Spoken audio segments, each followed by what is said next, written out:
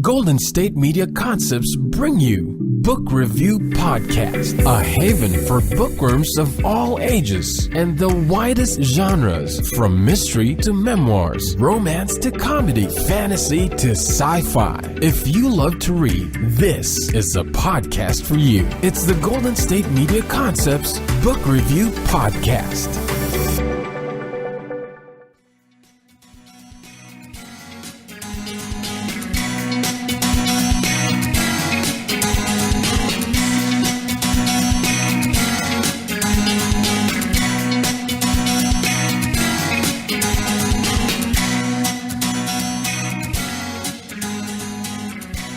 Hello and welcome to the GSMC Book Review Podcast, brought to you by the GSMC Podcast Network. I am your host, Sarah, and I am happy to be joining you for another episode of the Book Review Podcast here on this Thursday, July 12th. July 12th happens to be my mama's birthday, so I would like to wish my mom a very happy birthday. I wish I could be with her today. She's in Montana. I am in California, but I will call her and I will chat with her and I will send my love through the airwaves as best as possible. And I'm definitely thinking about her today.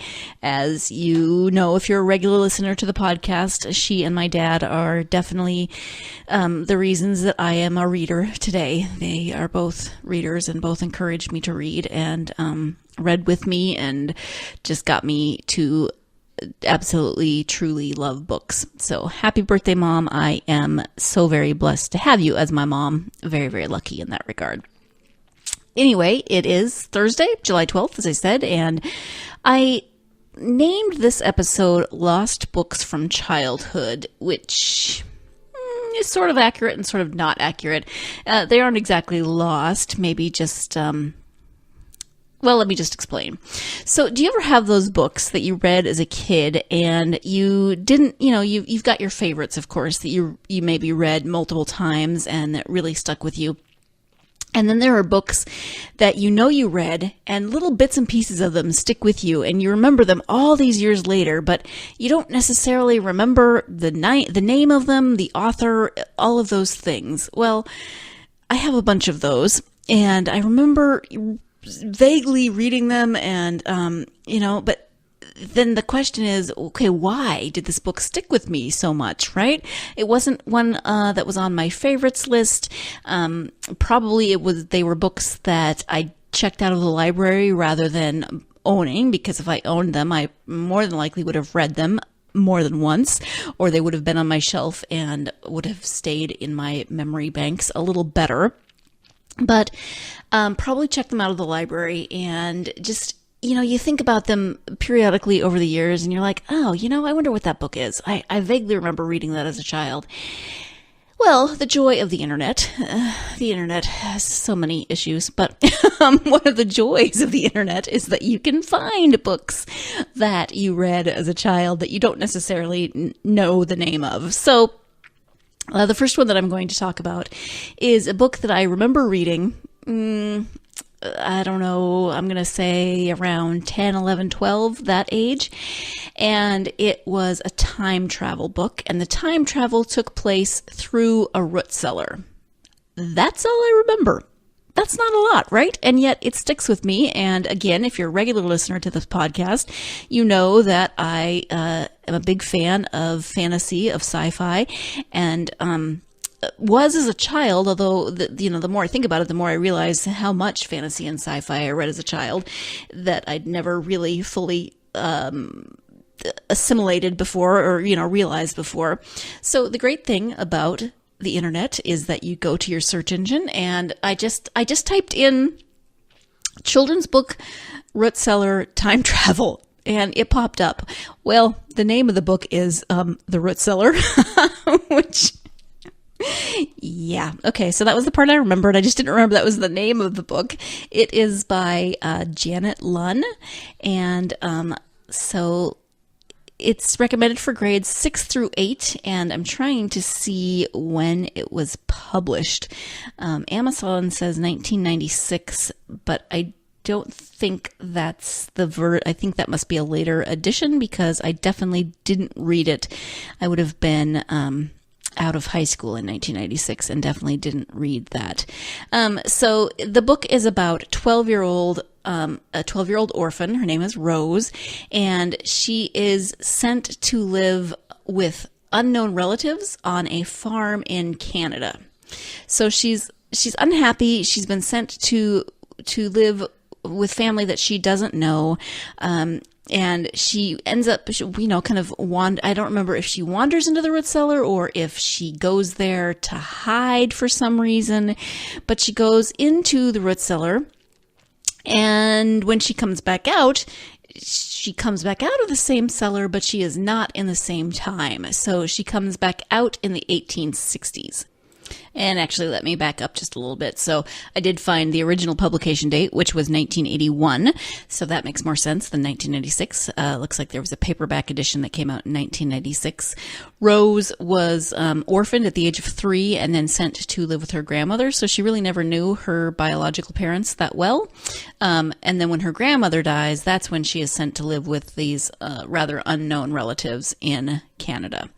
So she goes to live with these unknown relatives at the age of 12.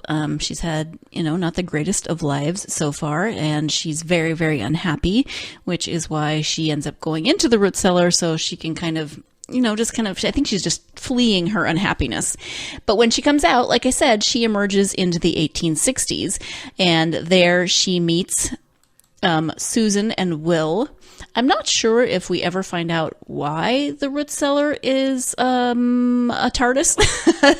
It has the ability to send you back in time. It's kind of like the wardrobe in Narnia, right? Who knows why it can do what it can do, but so she meets Susan and Will, and Susan actually is a servant who works for Will's family, but she and Will are very close, and Rose ends up going back and forth from her own time in the 80s to then the 1860s in the past. But she discovers that time doesn't move the same. So it may be, 6 months in her time or a week in her time, but then when she gets back, Will and Susan have aged more rapidly than she has. So time is not moving at the same rate in this book. Eventually she goes back and learns that Will has gone off to join the Union Army. At this point, Susan begs Rose to help her find Will, and eventually Rose agrees. So now it becomes not only a time travel story, but also a historical fiction novel dealing with the Civil War. Although interesting that, they start out in Ontario. So Susan and Rose travel from Ontario to Washington, D.C. to try and find Will. And then, of course, the book takes a slightly different turn because they are on a bit of a mission, a bit of an adventure. They are traveling to try and find their friend. They are traveling in uncertain times because there is a war going on. So I haven't gone back and reread any of the books that I'm talking about today. I may put them on my list, my to-be-read list, and see if I can find them at the library. Just to see what I think now that I am an adult. But I can definitely see, as I am looking at the plot of this book, why 10, 11, 12-year-old me liked it. It's got great friendships, especially for a lonely and unhappy young girl who would have been about my age. She is unhappy and she ends up finding friends in an unexpected way. I always enjoyed books like that. Of course, there's the time travel element, and then there is the historical fiction element, and I was a big fan of historical fiction as a kid also. So got great friendships. It's got the element of, a lonely kind of out of place girl finding friends, maybe in ways she didn't expect. I was always drawn to stories like that. Maybe I felt like I was also a misfit, although I did have friends, but I always felt like I was sort of odd. And maybe I was. Hey, there's nothing wrong with being odd. But then the historical fiction element where they're traveling to find Will, and you really get to see the Civil War, not only from the perspective of the young women. Obviously, at this point, Susan is older. I'm not sure what the time difference was for her, but Will has joined the Union Army, so he is obviously not 12 anymore, and because we know that time has traveled differently, So you get to see it from the perspective of younger women, at least. Rose is still around 12 or 13 at this point. Susan is older, but also from Rose's perspective as, someone who wasn't currently living at that time. So she's gone into the past and she's seeing what she's probably only read about in books.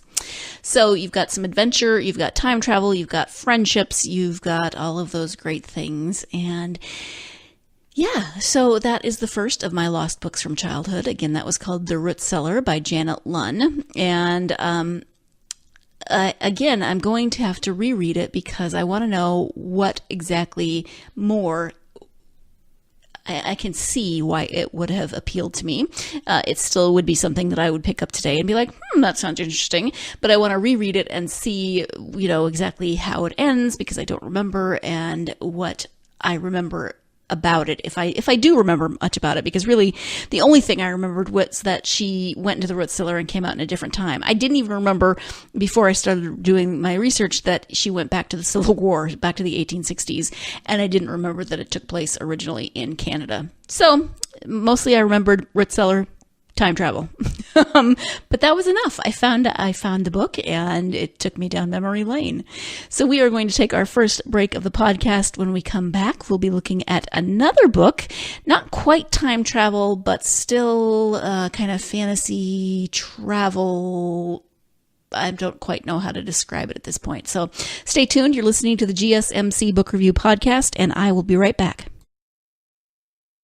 Always on the go, but the day just won't be one without your Hollywood fix. Let Golden State Media Concepts Entertainment Podcast take care of that. An all-inclusive look of pop culture.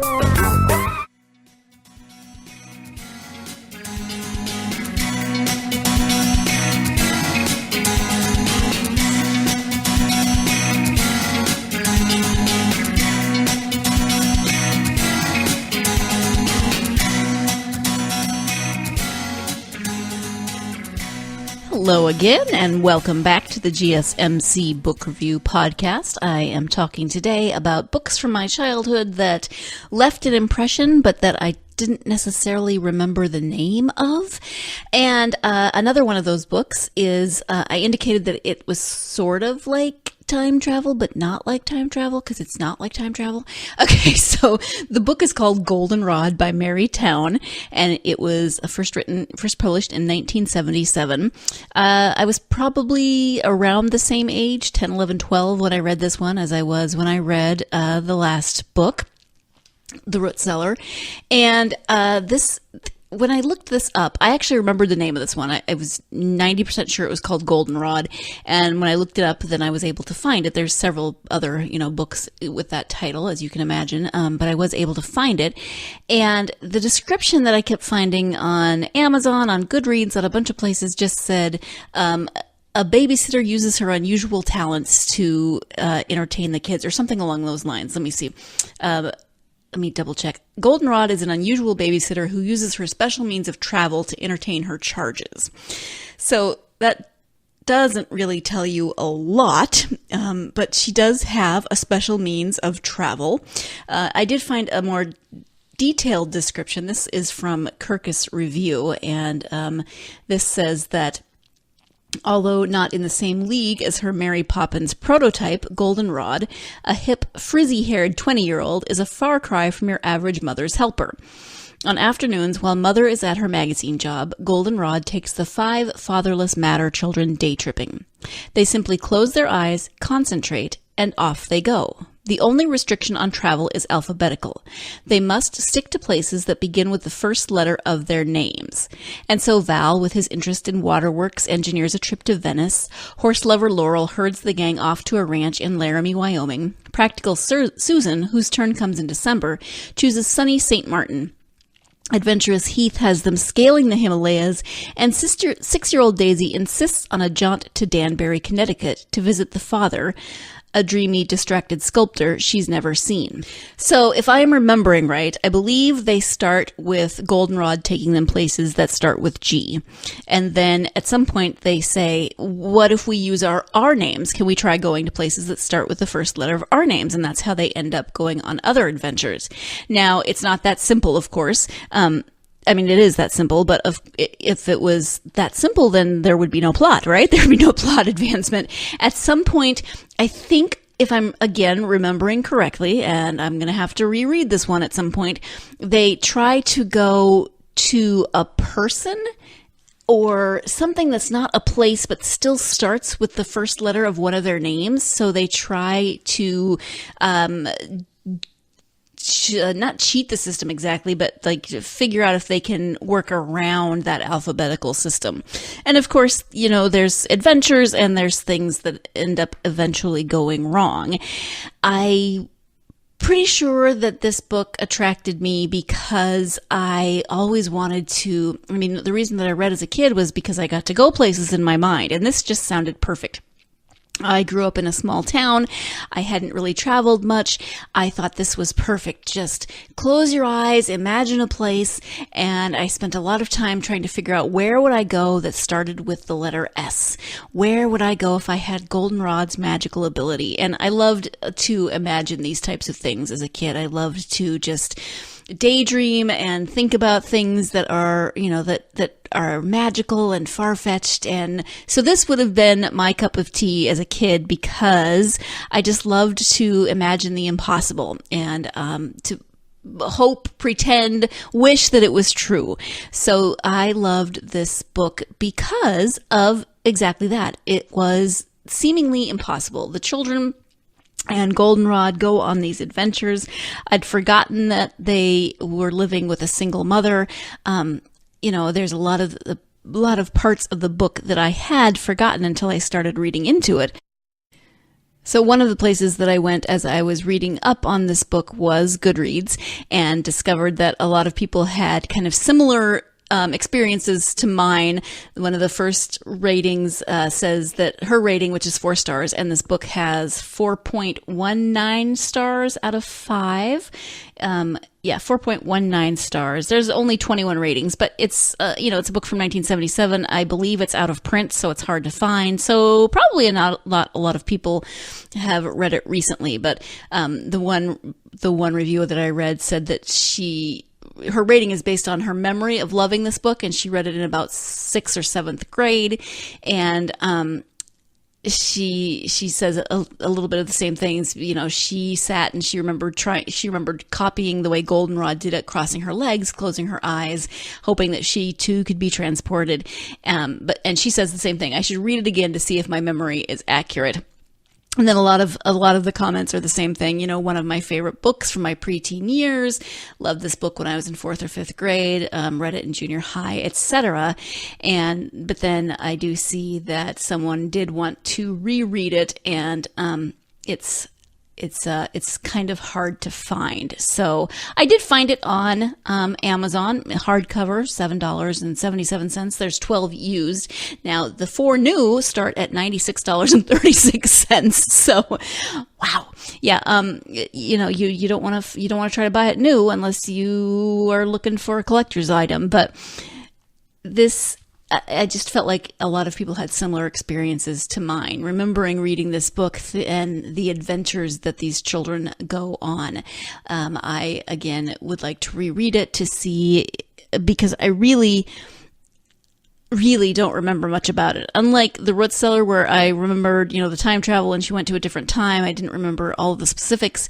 This one, I really just remembered that the babysitter's name was Goldenrod, that she could travel to places that started with G. She babysat children. I didn't remember how many there were. I didn't remember that they had a single mother. I knew that they then started going to places that started with the children's names. That is really all I remember. But that was, of course, enough, because as a kid, loved the fantasy, loved the imagination of going somewhere, just being able to transport yourself. I still would love to be able to do this. I always joke that if I could apparate, I would totally do it so I could go home and visit my family. I don't think Goldenrod's talent would help me very much because my hometown starts with a P. So I'd have to think about that to figure out, is there anything around my hometown that starts with an S? No. Not off the top of my head. So I'd have to figure that one out. Maybe, let's see, my husband's name starts with a T. That would get me 26 miles from my hometown, so that's not so bad. That's better than, the 1,700 miles I am away from them right now. But maybe apparating is the better option, or flu powder or something. See, magical travel is just awesome. This is what I love about children's books, when you can just do the impossible and go places and have these adventures. They don't have to be realistic. They don't have to, it doesn't have to be, that's why it's fantasy. It's not science fiction, because there's no science here. It's fantasy, then that you can close your eyes and cross your legs and think of a place that starts with the letter G and go there. Just poof, magically be transported there. I loved these kinds of books as a child, just traveling someplace, having an adventure. I lived in my head a lot as a kid, so it was no wonder that I wished that this was true. I wished that I could be like these children, and if not have the ability myself, then meet someone with that ability. I did a lot of daydreaming. I did a lot of you might call it unrealistic wishing as a kid, but, there's nothing wrong with a good, healthy imagination. And I don't really, there was a tiny part of me, I'm sure, that thought maybe, just maybe, wouldn't it be awesome if it was real? Didn't fully think that it was possible, but just the thought, maybe it's real. So those are 2 books so far from, my lost books of childhood. I have one more to talk about. This one is a little bit more on the science fiction end of things, where the first 2 I would describe as fantasy. So stay tuned. You're listening to the GSMC Book Review Podcast, and I will be right back. Tired of searching the vast jungle of podcasts? Now listen close and hear this out. There's a podcast network that covers just about everything that you've been searching. Hey! The Golden State Media Concepts Podcast Network is here. Nothing less than a podcast bliss with endless hours of podcast coverage. From news, sports, music, fashion, cooking, entertainment, fantasy, football, and so much more. So stop lurking around and go straight out to the Golden State Media Concepts Podcast Network. Guaranteed to fill that podcast itch. Whatever it may be. Visit us at www.gsmcpodcast.com. Follow us on Facebook and Twitter, and download us on iTunes, SoundCloud, and Google Play.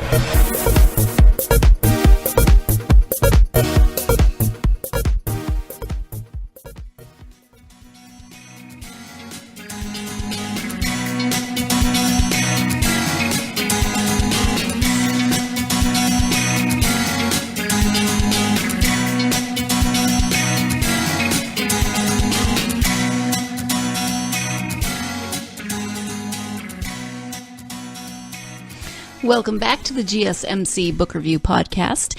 Again, talking about books today that I remember from childhood, but don't necessarily remember them really well. And, they pop into my head sometimes. And so I thought I would do a little research and see what I could find out about some of these books that have stuck with me, even though I didn't read them multiple times, etc. So this last book, I didn't remember a lot about it at all, except for the name, Interstellar Pig. That's a name that sticks with you. Interstellar Pig is a book by William, it's either Sleator or Slater, maybe, Sleator. It was first published in 1984. And it is a science fiction book about a 16-year-old named Barney. I'm not sure how old I was when I read this book, but I think I maybe was a little bit too young. I was easily scared as a child. I mean, the first time I saw the movie Ghostbusters, I think I was in 3rd grade, and it scared the snot out of me. I had nightmares about Slimer. I love that movie now. I've loved it forever. Once I got over that first initial watching, seeing it in the theater, scared the snot out of me. It wasn't even that scary. So you can understand that I was kind of a sensitive child, I guess. And so I think I may have been a little bit too young to have read this book when I read it. I don't remember how old I was, but I remember it kind of creeped me out. I don't remember if it scared me, but it definitely creeped me out. And it is, it's science fiction. It's an adventure. It's also a mystery thriller. So there is some adventure. So it's about, like I said, a 16-year-old named Barney who is spending his summer at the beach again. He's not looking forward to it. He doesn't necessarily like spending his summers at the beach. But then, maybe not the whole summer, maybe just a couple weeks. But at any rate, he's not looking forward to it. But then he meets the neighbors, and they are very different. And Barney's intrigued by them. And the neighbors, there are 3 of them, introduce him to a board game called Interstellar Pig, hence the name of the book. And the basic objective of the game is to finish the game with the piggy card in hand. So they explain the rules to him and they start playing it.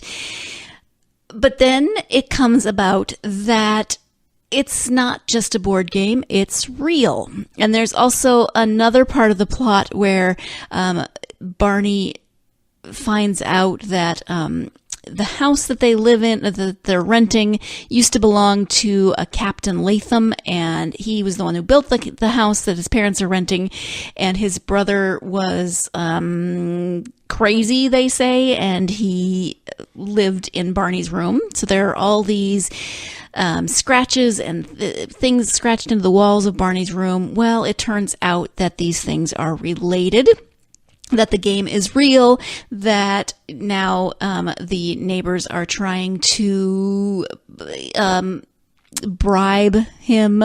They're trying to do anything to get the pig. So they try to bribe him. They try to, do whatever they can to win. So now he is.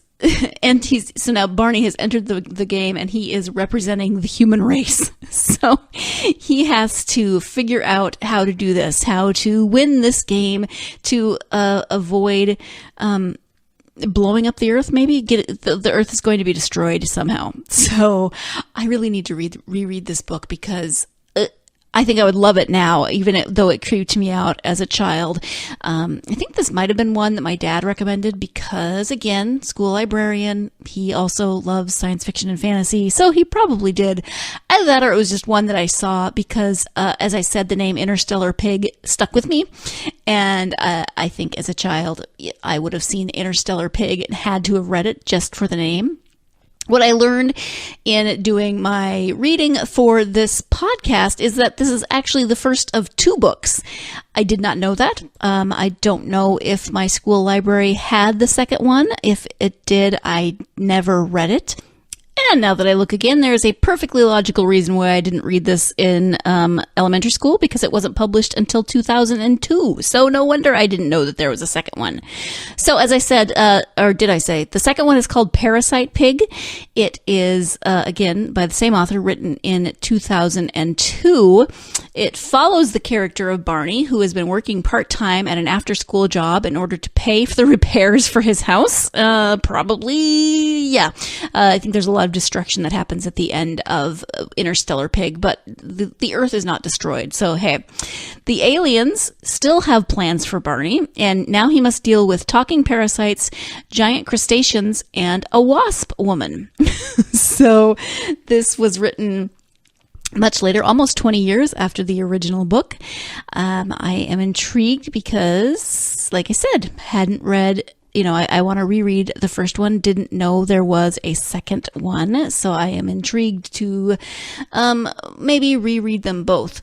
As I said, I loved fantasy as a child, so the first 2 books definitely fell into my my wheelhouse. I think I mentioned when I did the episode on A Wrinkle in Time that I didn't read that series until I was an adult because the cover scared me. I mean, come on, let's just judge a book by its cover. I mean, yeah. So I didn't read that until an adult. So again, sensitive child. I think that's what I'm trying to say here. I was a sensitive child and I scared myself very easily. So I'm surprised that I did read this book. The cover must not have been scary, but my point, I do have a point. Let me slow down and get back to my point.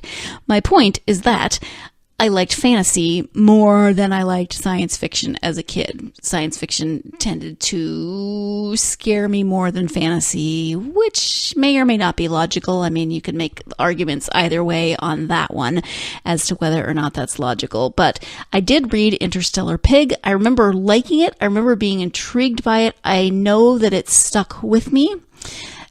I'm having a vague memory. I think there may have been a boy in my class who said he really liked it and told me I should read it and convinced me that, so I don't think it was my dad who suggested this. I think it was a kid in my class. I don't think it was like peer pressure or anything. He just said he really liked it. And I thought, hey, I can try that. And then totally creeped myself out with it. It's probably not I don't think it's scary.